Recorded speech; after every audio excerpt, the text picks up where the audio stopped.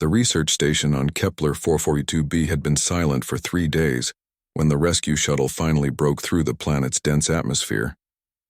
Commander Zara Chen pressed her face against the reinforced viewport, watching the facility's emergency lights blink weakly against the alien twilight. Her stomach twisted with dread as the shuttle touched down on the landing pad, sending clouds of purple dust swirling around them. "Readings show minimal life signs," reported her pilot, Lieutenant Martinez. Whatever happened here, it wasn't good. Zara checked her sidearm and adjusted her environmental suit. The planet's atmosphere was breathable for humans, but barely. The gravity was stronger than Earth's, and the wildlife was reportedly hostile. Dr. Sarah Reeves, the station's lead xenobiologist, had sent increasingly frantic reports about aggressive predators before all communication ceased. The shuttle's ramp lowered with a hydraulic hiss, and Zara stepped onto the alien soil. The air smelled of ozone and something else, something wild and dangerous. In the distance, she could hear sounds that made her skin crawl, low howls that seemed to come from everywhere at once. The research station was a collection of prefabricated modules connected by enclosed walkways. Most of the external lights were dark, and several sections showed signs of damage. Claw marks raked across the metal walls, deep gouges that could only have been made by something incredibly strong. "This is Commander Chen to Rescue Base," she spoke into her comm unit. "We've reached the station. Significant structural damage visible. Beginning search for survivors," Static answered her. The planet's magnetic field interfered with long-range communications, another reason why the research team's silence had been so concerning. They were truly alone out here. Zara approached the main entrance, her boots crunching on scattered debris. The door hung partially open, its security systems clearly compromised. Inside, emergency lighting cast eerie red shadows on the walls. Equipment lay scattered across the floor, and she could see drag marks leading deeper into the facility. The main laboratory was a disaster zone. Computers were smashed, specimen containers lay shattered, and research notes were scattered everywhere. But there was no blood, no bodies. Just signs of a violent struggle and the lingering scent of something alien and predatory. A sound made her freeze, a soft whimper coming from the storage area. Zara drew her weapon and moved carefully toward the noise. Behind a toppled equipment rack, she found her Dr. Sarah Reeves crouched in the shadows, her clothes torn and her face streaked with dirt. But she was alive. The 12-year-old girl looked up at Zara with eyes that had seen too much, her small frame trembling with exhaustion and fear. "Sarah?" Zara knelt beside her, keeping her voice gentle. "I'm Commander Chen. We're here to help." The girl's story came out in broken whispers. She wasn't supposed to be on the station at all. She'd stowed away on a supply ship to visit her mother, Dr. Elena Reeves, the team's lead researcher. When the attacks began 3 days ago, her mother had hidden her in the storage room with emergency rations and strict instructions to stay quiet, no matter what happened. "They took everyone," Sarah whispered, tears streaming down her face. "The wolf things. They surrounded the station and just took them. But they didn't find me." Zara's blood ran cold. According to the planet's survey data, the native predators were large pack-hunting creatures with primitive intelligence. The colonists had nicknamed them dire wolves for their resemblance to Earth's extinct predators. But these were far larger and more dangerous. A distant howl echoed through the facility, closer than before. Then another and another. The pack was returning.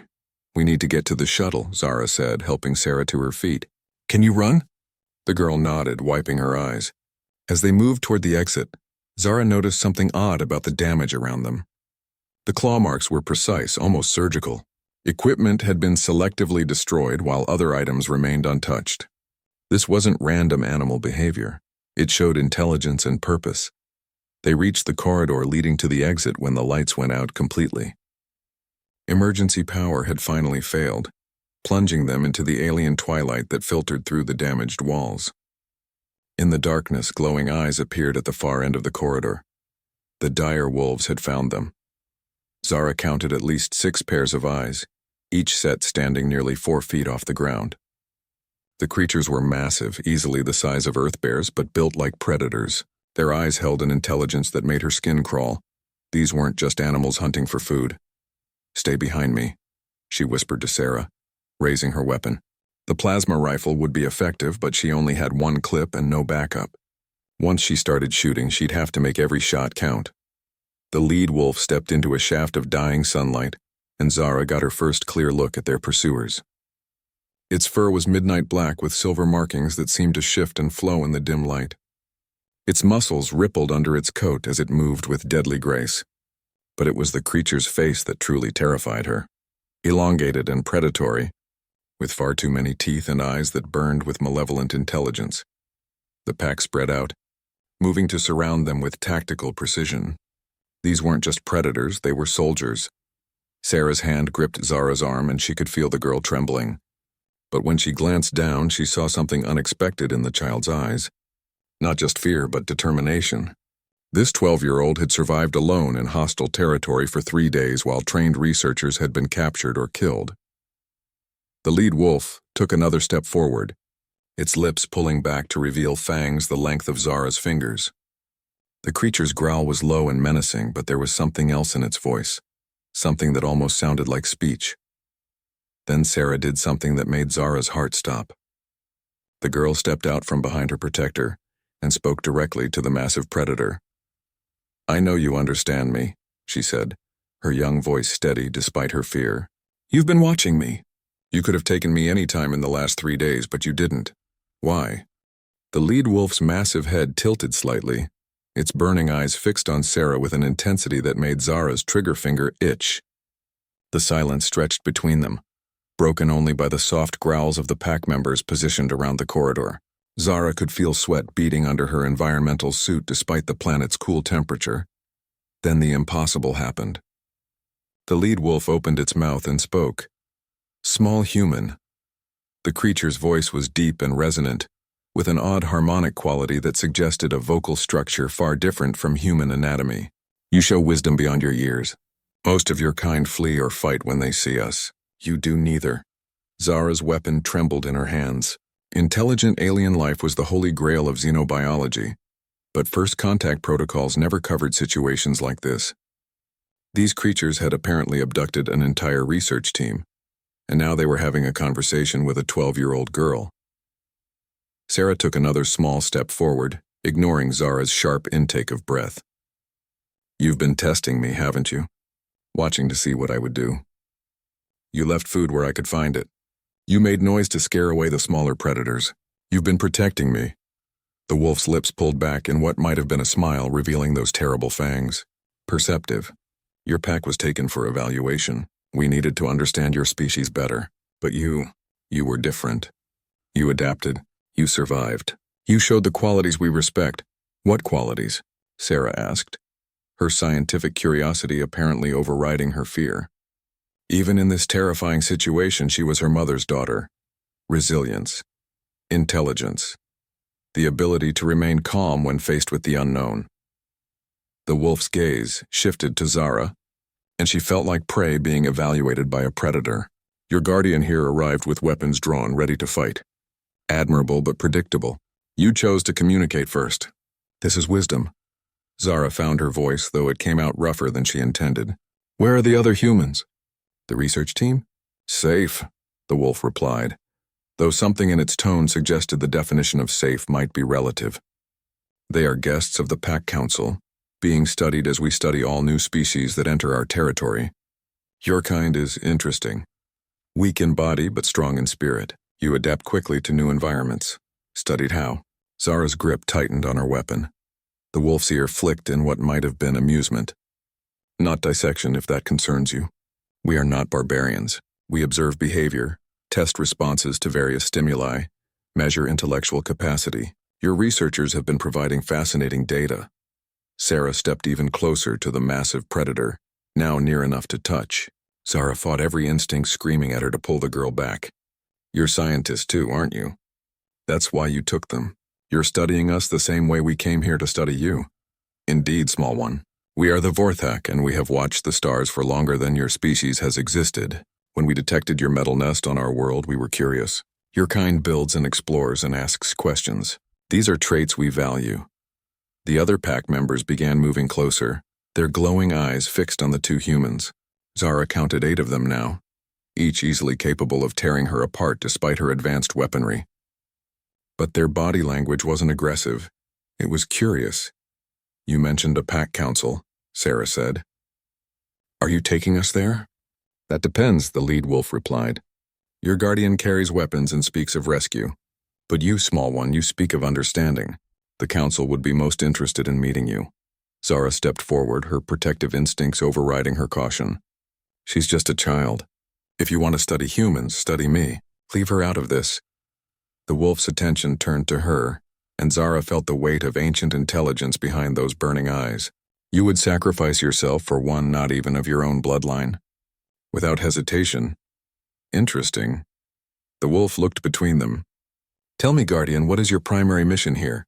"To rescue survivors and report back to our superiors," Zara answered honestly. "And you, small one? What would you do if given the choice?" Sarah was quiet for a long moment, her young mind obviously wrestling with the implications of her answer. When she spoke, her voice was steady and sure. "I'd want to learn. You're the first intelligent alien species humanity has ever encountered. This is the most important moment in our history. My mother would want me to learn everything I could." The lead wolf made a sound deep in its chest that might have been approval. "Your mother, Dr. Elena Reeves. She fights us at every turn, demanding answers we are not yet ready to give. But she also shows the same curiosity you do. The council finds her challenging. She's protecting her team," Sarah said. "That's what mothers do." "Indeed. And now another has come to protect you." The wolf's gaze shifted back to Zara. "You interest us, Guardian. Your species bonds across bloodlines. Shows loyalty to those who are not genetically related. This suggests a complex social structure we did not expect." The pack began moving again, but this time they were forming an escort formation rather than a hunting circle. The lead wolf turned and began walking toward the facility's main exit. "Come," it said. "The council will see you both. But know this, the others of your kind who came before you are safe, but they cannot leave until our evaluation is complete. Your ship in the sky has been sending distress signals. Soon more of your kind will come looking. The council must decide what to do before that happens." Zara felt a chill run down her spine. If the Vorthak had been monitoring their communications, they knew about the rescue protocols. More ships would indeed come if the shuttle didn't return on schedule. Sarah walked alongside the massive predator as if she'd been doing it her whole life. "How long have you been watching humanity?" she asked. "Your radio signals reached us 73 of your years ago," the wolf replied. "We have been listening to your broadcasts, learning your languages, studying your culture. When you finally reached the stars and came to our world, we were ready. Why didn't you make contact openly?" "Because your kind shoots first and asks questions later," the wolf said with what sounded like dry humor. "Your military protocols call for immediate orbital bombardment of any world showing hostile intelligent life. We preferred a more subtle approach." They emerged from the research station into the alien twilight. The landscape around them was bathed in the purple light of the system's binary suns, casting long shadows across the rolling hills. In the distance, Zara could see structures that definitely weren't natural, flowing organic shapes that rose from the ground like living architecture. "Your city?" she asked. "One of many," the lead wolf confirmed. "We have watched civilizations rise and fall on a dozen worlds. Your species shows promise but also dangerous tendencies. The council will determine if you are worthy of survival." The casual way he said it made Zara's blood run cold. These weren't just studying humanity. They were evaluating whether the entire species should be allowed to continue existing. Sarah seemed to understand the stakes as well. "What happens if we fail your test?" The wolf was quiet for a long moment as they walked toward the distant city. Finally he spoke, and his words carried the weight of eons. "Then the galaxy becomes a safer place." The journey to the Vorthak city took nearly 2 hours across terrain that seemed designed to test their endurance. Rocky outcroppings gave way to dense patches of thorny vegetation, then to streams of acidic water that the wolves leaped across with casual grace, while Zara and Sarah had to find careful footing on scattered stones. Throughout the trek, Sarah peppered their escort with questions that would have made her xenobiologist mother proud. She asked about their social structure, their technology, their relationship with other species they'd encountered. The lead wolf, who had introduced himself as Kethvar, answered some questions freely while deflecting others with diplomatic skill that suggested centuries of practice. "Your pack structure," Sarah observed, slightly out of breath from the difficult terrain. It's not just about hunting, is it? You mentioned a council. That suggests a complex government. Government is your word, Kethvar replied, his massive form moving effortlessly over the broken ground. We prefer to think of it as a family discussion writ large. Each pack has a voice, each voice carries the wisdom of generations. But some decisions require broader perspective. Zara found herself impressed despite her fear. The Vorthak showed none of the primitive behavior she'd expected from the survey reports. Their movements were coordinated, their equipment sophisticated, and their understanding of human psychology disturbingly accurate. As they crested a hill, the Vorthak city spread out before them like something from a fever dream. The structures weren't built so much as grown, organic curves that seemed to flow up from the earth itself. Bioluminescent panels provided gentle lighting, and she could see Vorthak moving through the streets in organized patterns that suggested a bustling civilization. How many of you are there? Zara asked. On this world? Perhaps 50,000, Kethvar said. Across our territory? That is not information we share with species under evaluation. Sarah pointed to a large structure at the city's center, a spiraling tower that seemed to pulse with internal light. Is that where the council meets? Among other things, it houses our archives, our primary research facilities, and yes, the council chambers. Your fellow humans are being held in the lower levels, comfortable quarters but secure. They were met at the city's edge by another pack of Vorthak, these even larger than their escorts.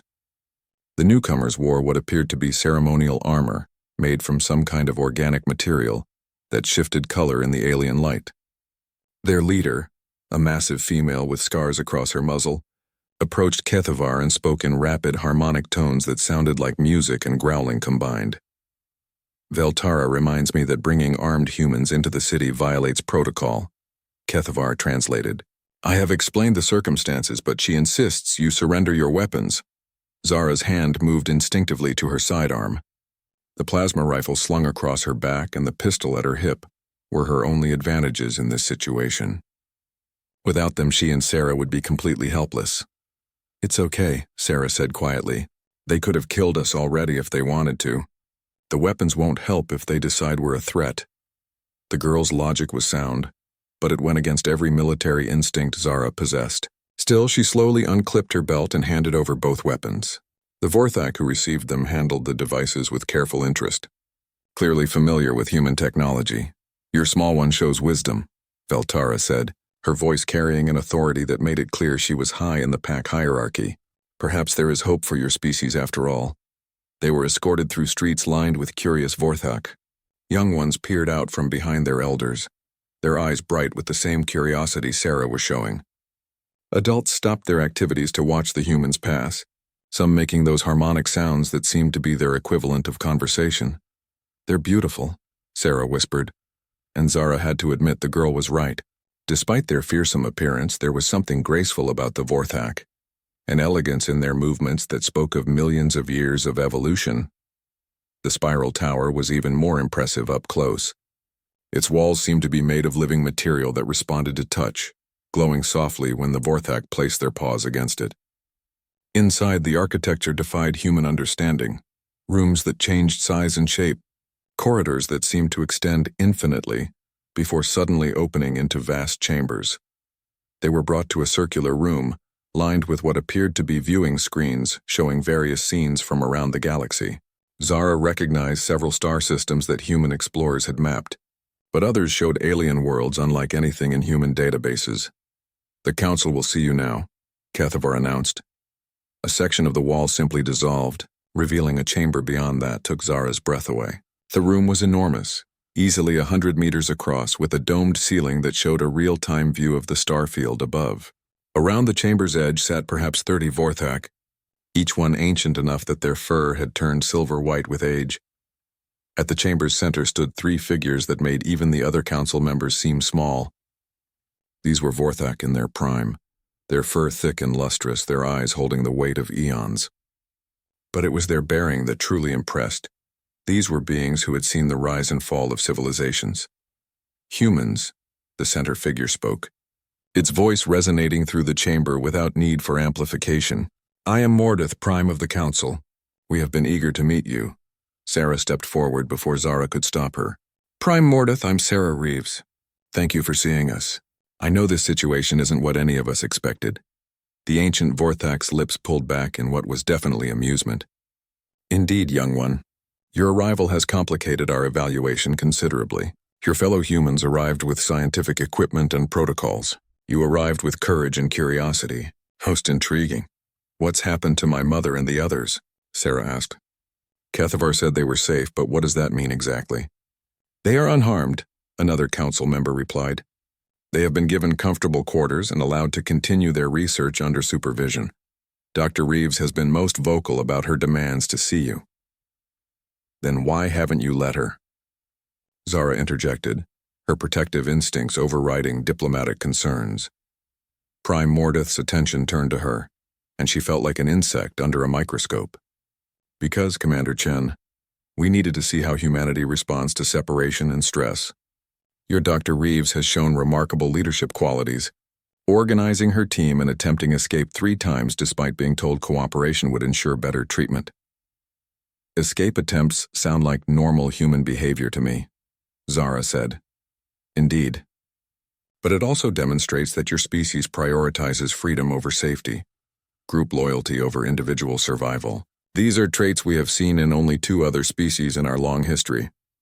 What happened to those other species? Sarah asked, and Zara wasn't sure she wanted to hear the answer. One destroyed itself in nuclear war within 50 years of achieving spaceflight, Prime Mordeth said. The other became our greatest allies and eventually our equals. They now sit on the council as we do, helping to evaluate new species and maintain peace in this sector of the galaxy. The implication was clear. Humanity stood at a crossroads, and the Vorthak Council would determine which path they followed. What do you need to know about us? Sarah asked. What would convince you that humanity deserves a chance? The Prime's eyes glowed brighter in what might have been approval. The right questions, young one. That is exactly what we needed to hear. Your evaluation begins now. The evaluation began immediately, but not in any way Zara had expected. Instead of tests or interrogations, Prime Mordeth simply gestured to the viewing screens around the chamber. Images flickered to life showing scenes from across human space. Earth's sprawling cities, the Mars colonies, mining operations in the asteroid belt, and exploration ships pushing ever deeper into unknown space. Tell us what you see, the Prime commanded. Sarah studied the images carefully, her young mind clearly processing the implications. You've been watching us for much longer than 73 years, haven't you? Some of these images are from places we only established in the last decade. Perceptive, another council member said approvingly. We have monitoring stations throughout your expanding territory. We know about your wars, your achievements, your failures. But knowing facts and understanding motivation are different things. Zara found herself looking at an image of the Luna shipyards, where humanity's first interstellar vessels had been constructed. You could have contacted us openly at any time. You could have stopped our expansion into space entirely if you'd wanted to. Why didn't you? Because, Prime Mordeth replied, a species' true nature only emerges when they believe themselves alone in the universe. Your kind has shown remarkable diversity in their responses to challenges. You wage war, but you also sacrifice for strangers. You pollute your homeworld, but you also desperately try to heal it. You are contradictions walking upright. The screen shifted to show scenes from Earth's history, the construction of great monuments, scientific breakthroughs, acts of heroism, and moments of terrible cruelty. Zara saw the pattern the Vorthak were highlighting. Humanity's greatest achievements and worst failures often sprang from the same source. You want to know if we're worth saving? Sarah said quietly. But you're not just judging our technology or our intelligence. You're judging our character. Indeed. Intelligence without wisdom leads to destruction. Technology without ethics becomes a weapon against life itself. We have seen promising species turn toxic when given access to the galaxy's resources. A new image appeared on the central screen, the research station where this had all begun. But this wasn't the damaged facility they'd left behind. This showed the station as it had been 3 days ago, full of activity and life. Your research team, Kethavar explained, moving to stand beside the humans. We monitored them for weeks before making contact. Dr. Reeves showed particular interest in our behavioral patterns. She theorized we were more intelligent than initial surveys suggested. She was trying to prove you weren't just animals, Sarah said with obvious pride in her mother's work. Correct. While her colleagues focused on cataloging plant and mineral samples, she spent her time studying us. She even attempted to establish communication by leaving mathematical sequences drawn in the soil. Zara felt a chill of realization. That's why you took them. She figured out you were intelligent and you couldn't let that information get back to Earth before you were ready. Partially correct, Prime Mordeth acknowledged. But there was another factor. Watch. The screen shifted to show Dr. Reeves working alone late one night, clearly frustrated by her team's dismissal of her theories about Vorthak intelligence. She was writing in what appeared to be a personal journal, speaking her thoughts aloud. Day 47. Her recorded voice filled the chamber. The pack structures are too complex for simple predators. Their hunting patterns show tactical thinking that rivals military strategy. But more than that, I've observed them showing what can only be described as mercy. Yesterday I watched a group spare wounded prey when they could have easily finished the kill. This isn't just intelligence, it's ethics. The recording continued with Dr. Reeves, expressing her frustration that her reports were being filtered by military censors who only wanted data on exploitable resources and potential threats, and she understood us better than we understood ourselves at first, Veltara said. When we finally made contact, she wasn't afraid. She was excited. She immediately began asking about our culture, our history, our philosophy. Most species begin with questions about our technology or our weaknesses. Sarah's eyes were bright with tears of pride and worry. Where is she now? I need to see her. Soon, Prime Mordeth promised. But first we have questions for you both. Commander Chen, you came here on a rescue mission. What will you report when you return to your superiors? The question was clearly a test, and Zara felt the weight of humanity's future in her answer. That depends on what happens next. If you're planning to harm the research team or invade human space, I'll report a threat that needs to be contained. If you're genuinely interested in peaceful contact, I'll recommend diplomatic channels. And if we asked you to recommend that humanity abandon this world and never return? Zara hesitated. The honest answer might not be what they wanted to hear, but lying to beings who had been monitoring humanity for decades seemed pointless. I'd ask why, she said finally. If you just want privacy, there are thousands of other worlds we could explore. If you're testing to see whether we'd respect your territorial claims, then yes, I'd recommend withdrawal. But if you're asking because you've already decided we're a threat that needs to be eliminated, then I'd rather die fighting than live knowing I helped condemn my entire species. The council members made those harmonic sounds among themselves, clearly discussing her response. Prime Mordeth's expression was unreadable as he turned to Sarah. And you, young one, what would you do if given the choice between saving your mother or saving your species? Sarah's face went pale, but her voice remained steady. That's not a choice anyone should have to make. But if I had to, I'd ask what my mother would want me to do. And she'd want me to think like a scientist. Personal feelings can't override the greater good. Even at 12 years old, you understand sacrifice, the Prime observed. Your species continues to surprise us. The central screen lit up with a new image that made both humans gasp. It showed the Earth as seen from space, beautiful and blue and utterly vulnerable. But around it, barely visible against the starfield, were ships, hundreds of them, sleek and organic in design. Your rescue shuttle has failed to report in, Prime Mordeth said calmly. According to your protocols, a battle fleet will arrive in 18 hours to investigate. They will find our ships waiting. Zara's heart hammered against her ribs. You're planning to attack Earth? That depends, the Prime replied, on what happens in the next few hours. You see, humans, you are not the only species currently under evaluation. Your response to this crisis will determine not just your fate, but the fate of 3 other young civilizations we have been monitoring. The viewing screens showed other worlds, other species taking their first tentative steps into space. All of them were being watched by the Vorthak, all of them awaiting judgment. We are gardeners of the galaxy, Prime Mordeth explained. We prune the species that would spread like weeds, destroying everything in their path. We nurture those that show promise. But resources are limited, space is vast, and sometimes difficult choices must be made. Sarah stepped forward, her young face set with determination that reminded Zara painfully of her mother. Then let us prove we're worth keeping, she said. Give us the test. Whatever it is, we'll face it. The Prime's lips pulled back in what was definitely a smile, revealing those massive fangs. "Oh, young one," he said, "the test has already begun." The test, as it turned out, was elegant in its simplicity and terrifying in its implications. Prime Mordeth led them to another section of the tower, where a series of chambers had been prepared. In the first, they found the research team alive, unharmed, and clearly well treated despite their captivity. Dr. Elena Reeves looked exactly like an older version of her daughter, with the same intelligent eyes and determined expression. When she saw Sarah, she rushed forward and pulled the girl into a fierce embrace. "Sarah, what are you doing here? You were supposed to be safe on the orbital station."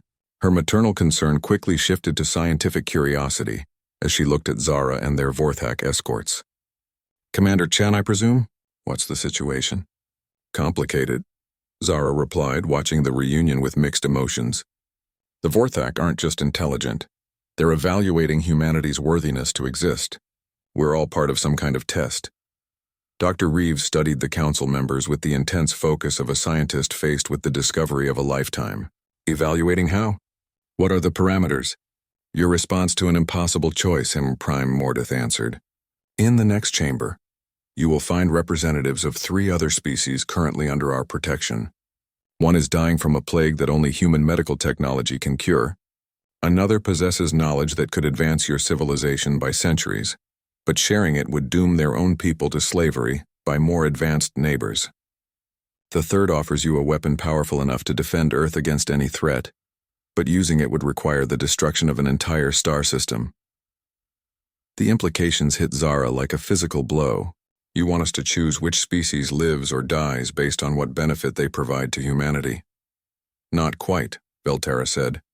"We want to see what choice you make when faced with competing moral imperatives. Do you save the dying species because life has inherent value? Do you take the knowledge because it could prevent humanity's extinction? Do you accept the weapon because protection of your own species comes first? Or do you find another option entirely?" Sarah looked between her mother and Zara, clearly understanding that this decision would affect far more than just the people in this room. "What happens to the species we don't choose?" "They face their challenges alone," Prime Mordeth said with brutal honesty. "The dying species will likely go extinct within a decade. The knowledge bearers will be conquered and enslaved. The weapon makers will be destroyed by their enemies. And what happens to humanity based on our choice?" Dr. Reeves asked. "That depends on how you choose, not just what you choose. We have observed your species long enough to know that humans excel at finding unexpected solutions to impossible problems. We are curious to see if that reputation is deserved." They were led to the next chamber, where the impossible choice awaited them. 3 sections had been prepared, each containing representatives of the species in question. The first section held beings that looked almost human, except for their translucent skin and the visible network of silver veins beneath.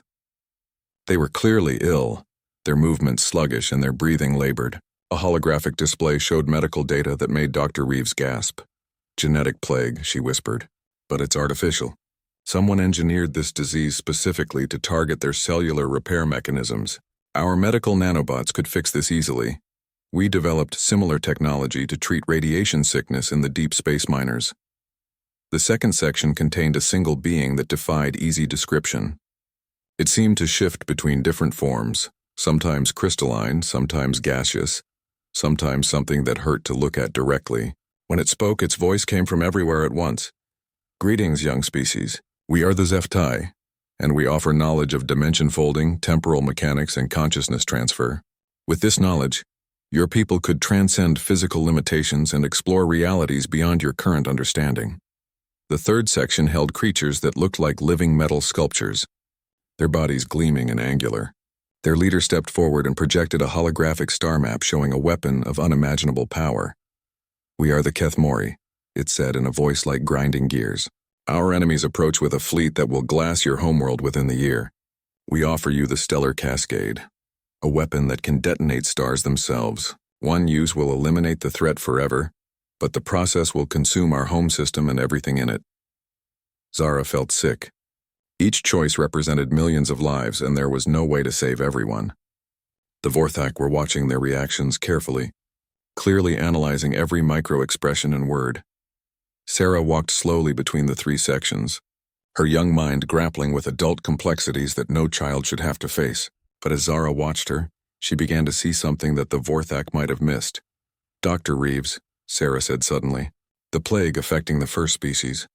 You said our nanobots could cure it. How long would it take to synthesize a treatment? With our portable medical lab? Maybe 6 hours to create a viable prototype. Another 12 to produce enough for their population." Sarah turned to the HFY representative. "The knowledge you're offering, is it something that has to be given all at once, or could it be shared gradually over time?" The shifting being seemed amused. "Knowledge is not finite, young one. It can be shared in stages, taught rather than simply transferred, though this would require ongoing contact between our species." Finally, Sarah approached the Kethmori leader. "This weapon you're offering, you said using it would destroy your home system. Where would your people go?" "We would be extinct," the metal being replied matter-of-factly. "But your species would be safe. Is this not an acceptable trade?" Sarah looked back at her mother and Zara, then at the watching Vorthak Council. "I think we're asking the wrong questions." Prime Mordeth leaned forward with obvious interest. "Explain." "You're testing whether we'll choose based on what benefits humanity most," Sarah said. "But that's not really the choice at all, is it? You're testing whether we see other species as tools to be used or as people to be helped."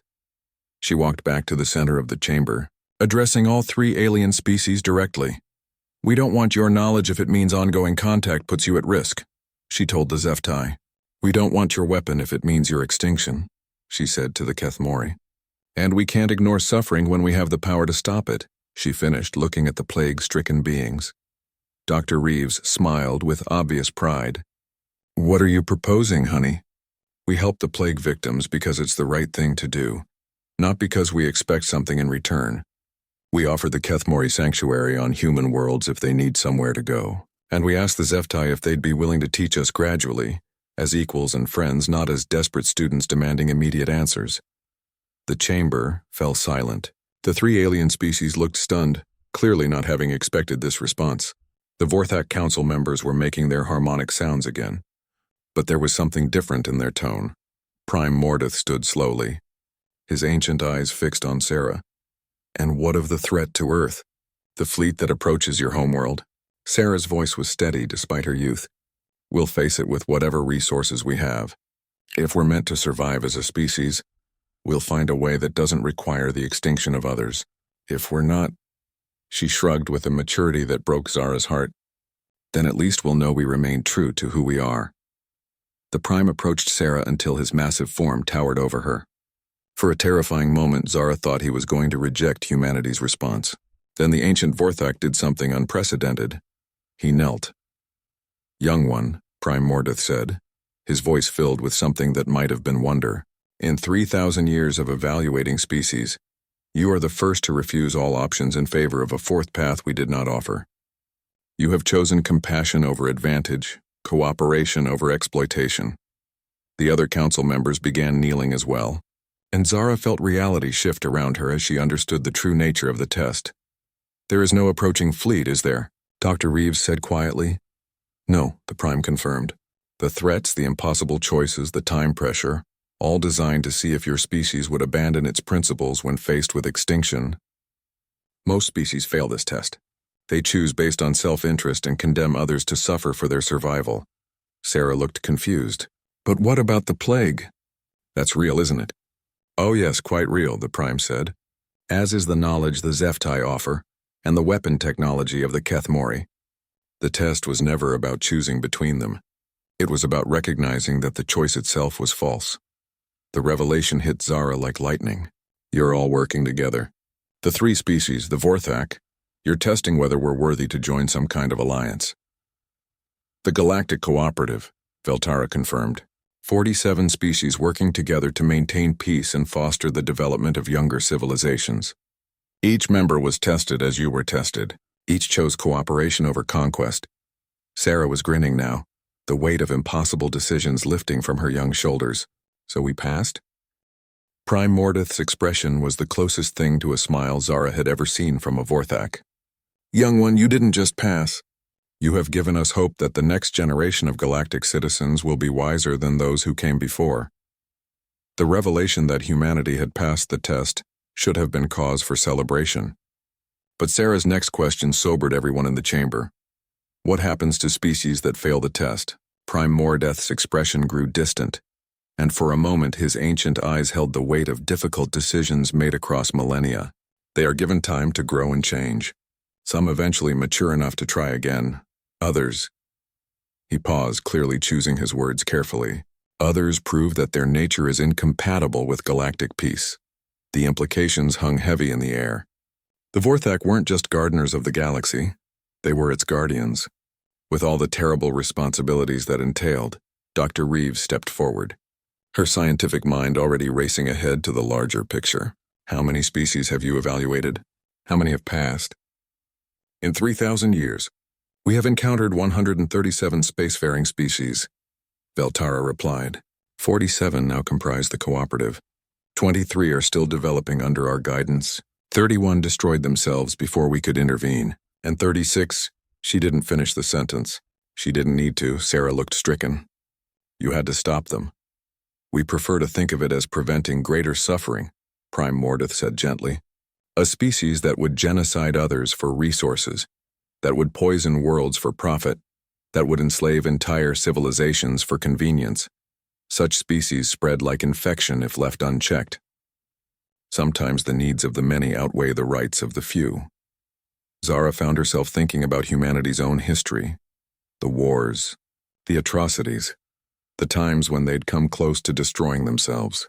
What made you think we might be different? Your contradictions, the Prime replied. The same species that wages war also sends medical aid to enemies. The same minds that create weapons also compose music that moves souls to tears. Your capacity for both great evil and great good suggested potential for growth. The Zeftai representative shifted into a more humanoid form, its voice taking on harmonious tones. Your species also shows remarkable adaptability. When faced with problems, you do not simply apply more force. You find new approaches. This creativity is rare among young civilizations. The Kethamori leader's metallic features somehow managed to convey approval. And you show loyalty beyond genetic bonds. Your military units will die for comrades they have known for days. Your medical personnel risk infection to treat strangers. This suggests ethical development beyond mere survival instinct. Sarah was quiet for a long moment, clearly processing the magnitude of what they'd learned. When she spoke, her question surprised everyone.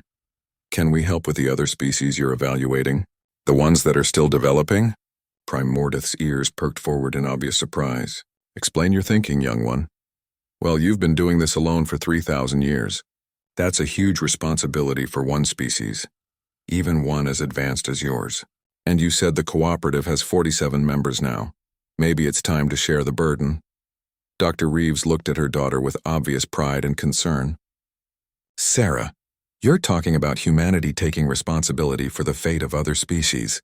That's not a decision one 12-year-old can make.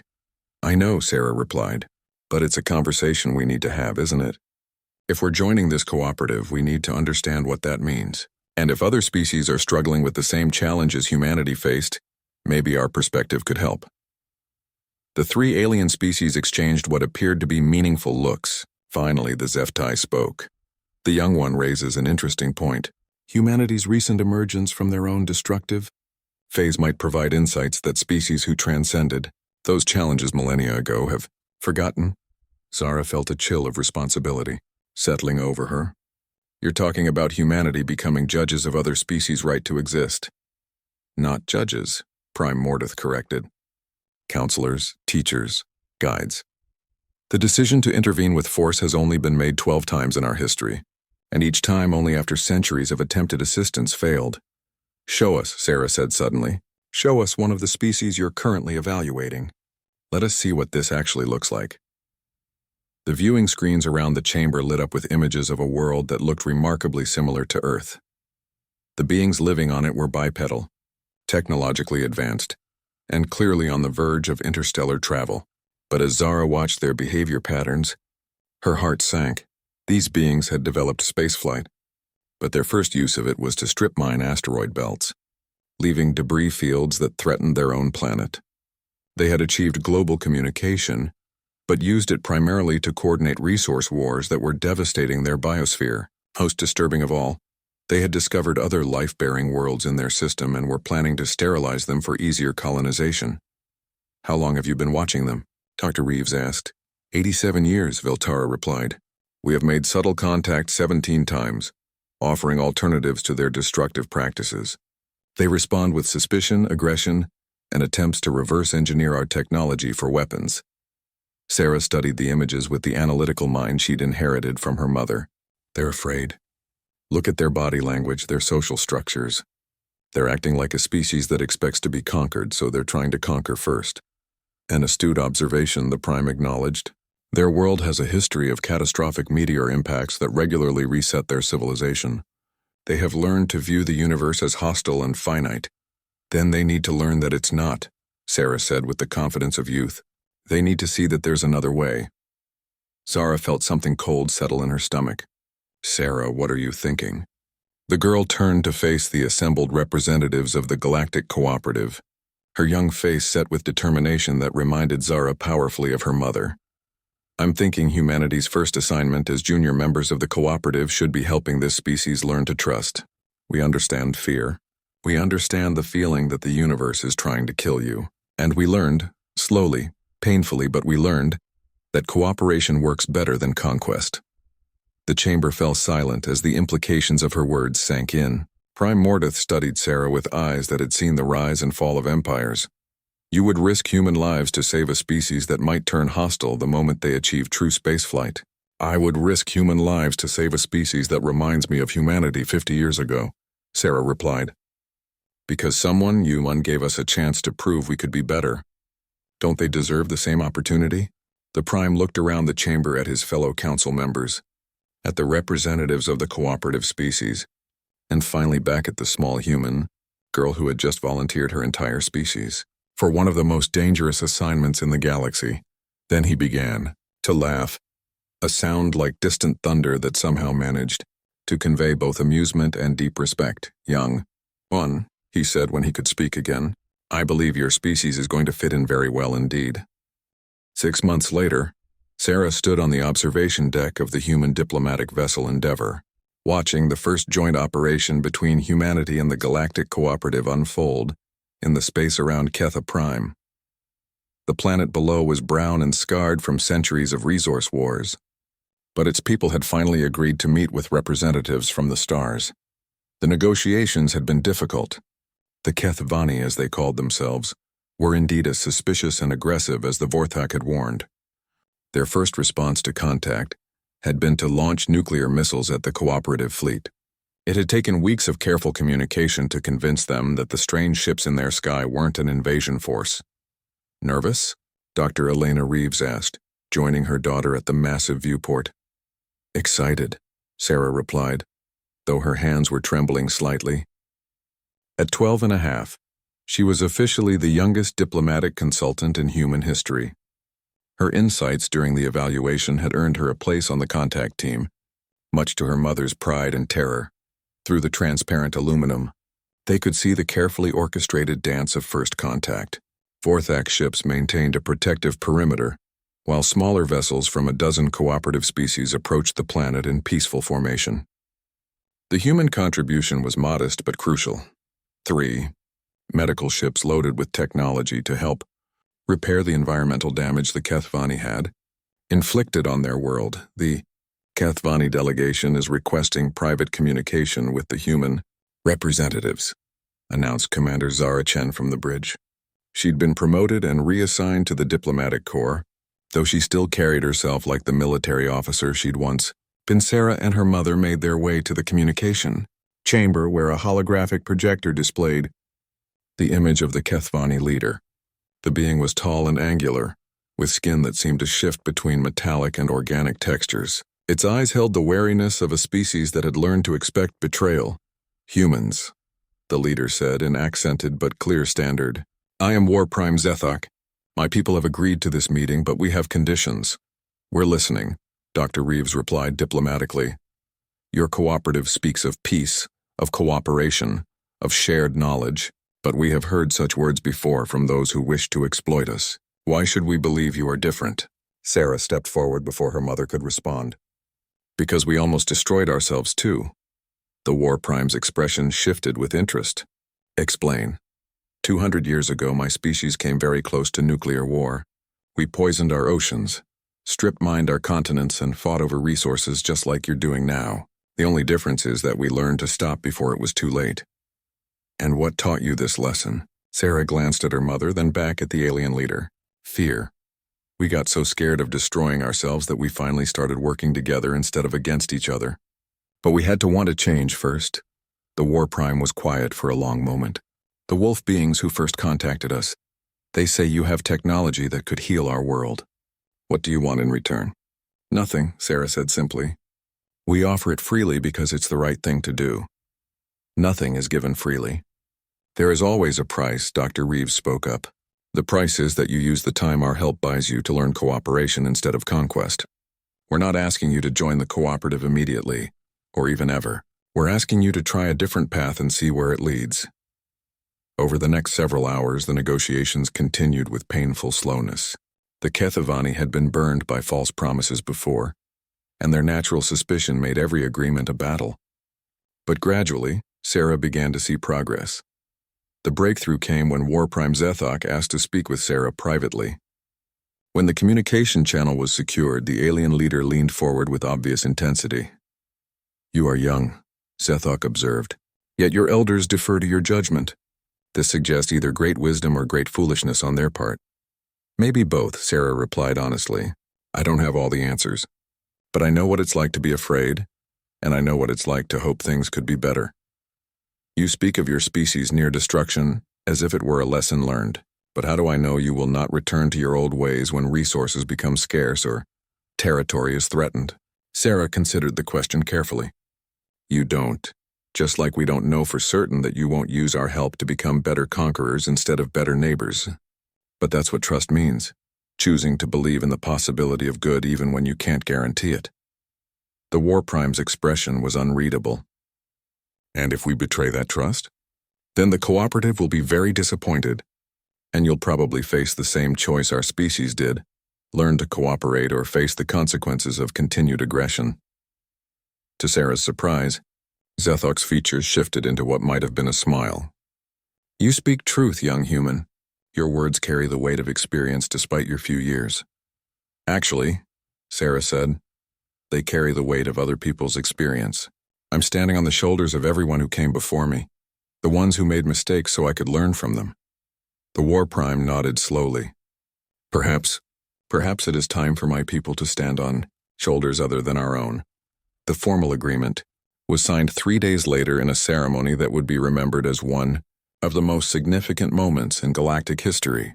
The Kethvani agreed to accept environmental restoration aid from the cooperative and to send observers to learn about peaceful resource management. In return, they would postpone their planned colonization of neighboring worlds until they could prove they could manage their own planet responsibly. As Sarah watched the signing ceremony, she felt a hand settle on her shoulder.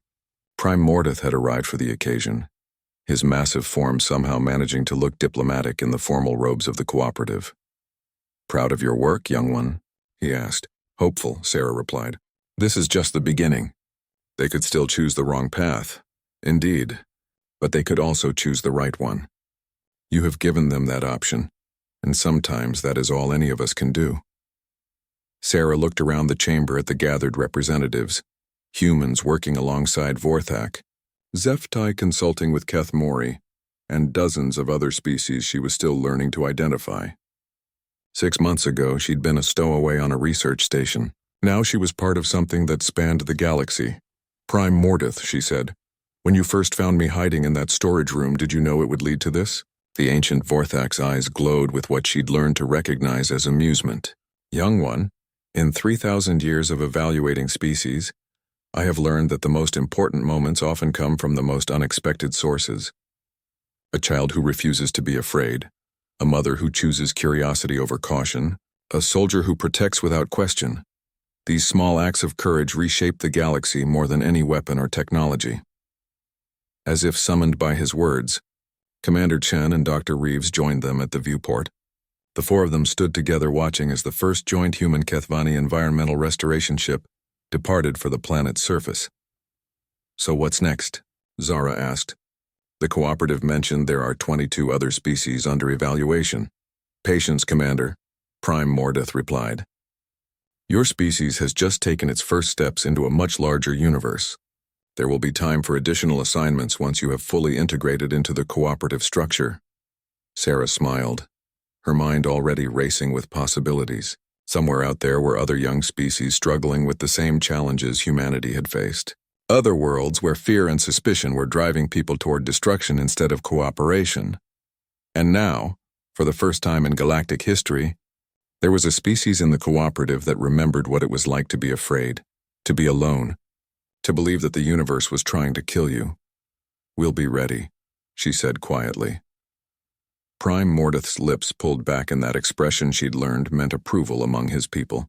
I believe you will be, young one. I believe you will be. In the space around Ketha Prime, ships from 48 different worlds worked together to heal the scars of a species that had almost destroyed itself. And in the observation lounge of the Endeavor, a 12-year-old girl who had once been surrounded by alien wolves watched the beginning of a new chapter in galactic history. The deadliest predators in the galaxy had indeed encircled a human child. But what happened next wasn't conquest or destruction. It was the birth of hope on a scale the universe had never seen before. Sarah pressed her hand against the viewport and whispered a promise to the stars. We'll do better, all of us together. And somewhere in the vast network of the galactic cooperative, species that had never heard of Earth or humanity felt a subtle shift in the cosmic balance. The arrival of gardeners who remembered what it was like to need tending, teachers who recalled their own difficult lessons, and guardians who understood that sometimes the greatest strength comes from choosing compassion over conquest. The galaxy was about to become a very different place.